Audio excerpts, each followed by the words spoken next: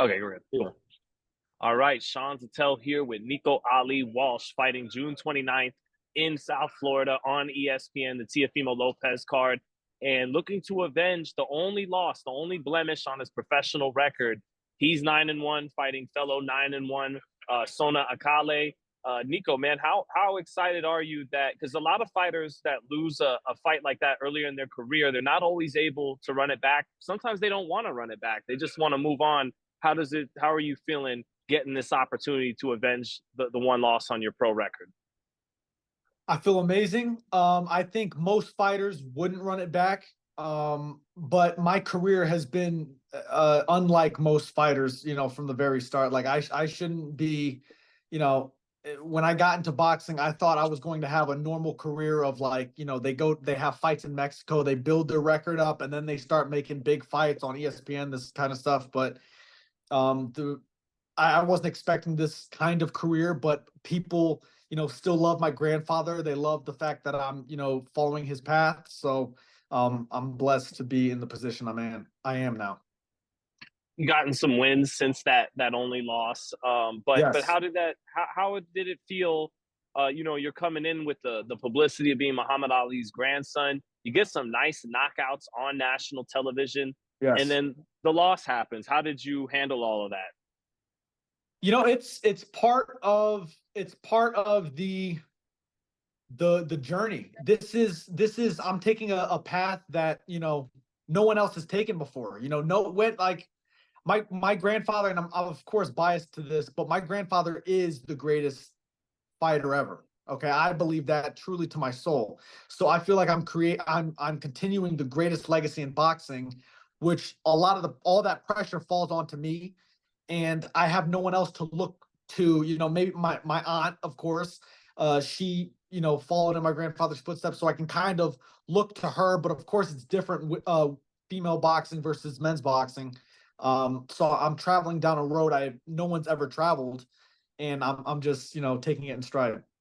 How was that Laila Ali advice from Auntie Laila Ali? She seems like a very tense and serious woman, but obviously with that She is. Ali wisdom, yeah. What's that like?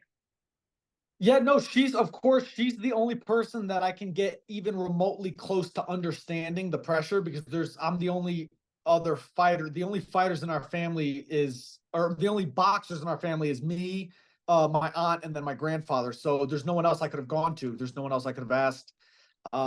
So yeah, she would give me tips and stuff back in the amateur days. She kind of warned me about the pressures and how it would be later on, and I'm seeing it now. Sona Akale, what was it you think that troubled you the most? Was it the fact that he was just able to walk through the power and apply pressure early? What was it that troubled you that you can't let trouble you as much in fight number two? Well, I've watched the fight several times at this point. Even when it happened, I believed I won the fight then, but I didn't. So that's what it is. But it's not what he did that won him the fight. It's what I didn't do. It was me who lost the fight. It wasn't him who won the fight, if that makes sense. So I didn't do a million things in the fight. I wasn't myself. I mean, you could look at all my other fights and then look at that fight. I didn't look the same. I didn't look like myself. I wasn't myself. But it makes for an awesome rematch, and this isn't my first rematch, so I've been here before. You said a million things. What's some of the things you could share with fans that you felt like you didn't do correctly that you will do this time?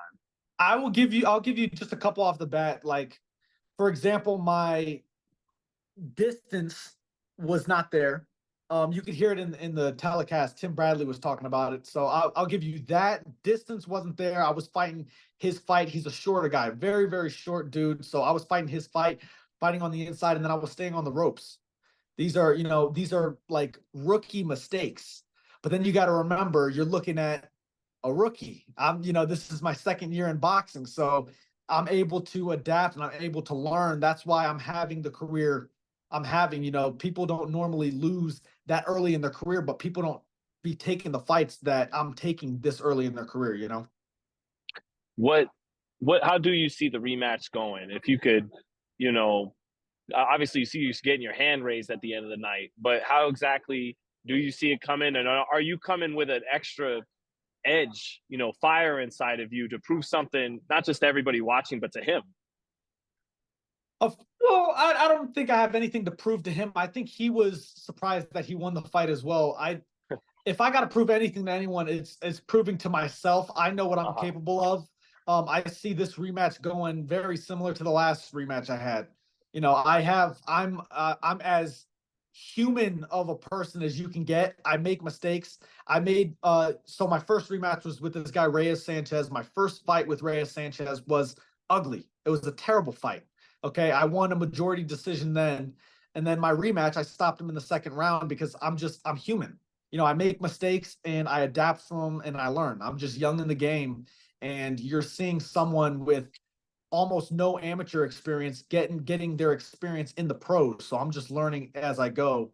And yeah, no, I've got nothing to prove to no one but myself.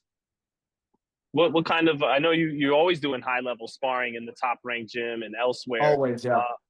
Who's some of the guys you gotten work with in getting ready for this camp? I went with so many guys. Honestly, I forgot. No, like extremely notable names like Caleb Plant or anything like that. But I've been with so many guys this camp. I forgot their names. The sparring this camp has been great. When you talk about proving something to yourself, I mean, you've already won a rematch before, but being that the verdict didn't go your way and you'd be reversing that, is that going to prove something about your character to yourself? Yeah, I think proving the fact that I even took the fight is proof enough. I'm not like these other boxers, and I'm not gonna say names. I'm not gonna sit here calling people out, but there's a lot of boxers.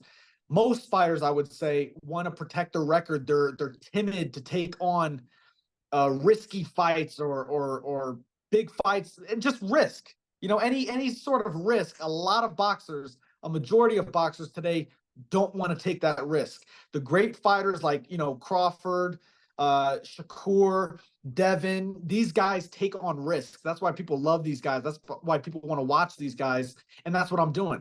And I feel like the reception of me even taking this fight right away, less than a year before the first one, it shows that I'm hungry. I don't care about the risk because high risk, high reward.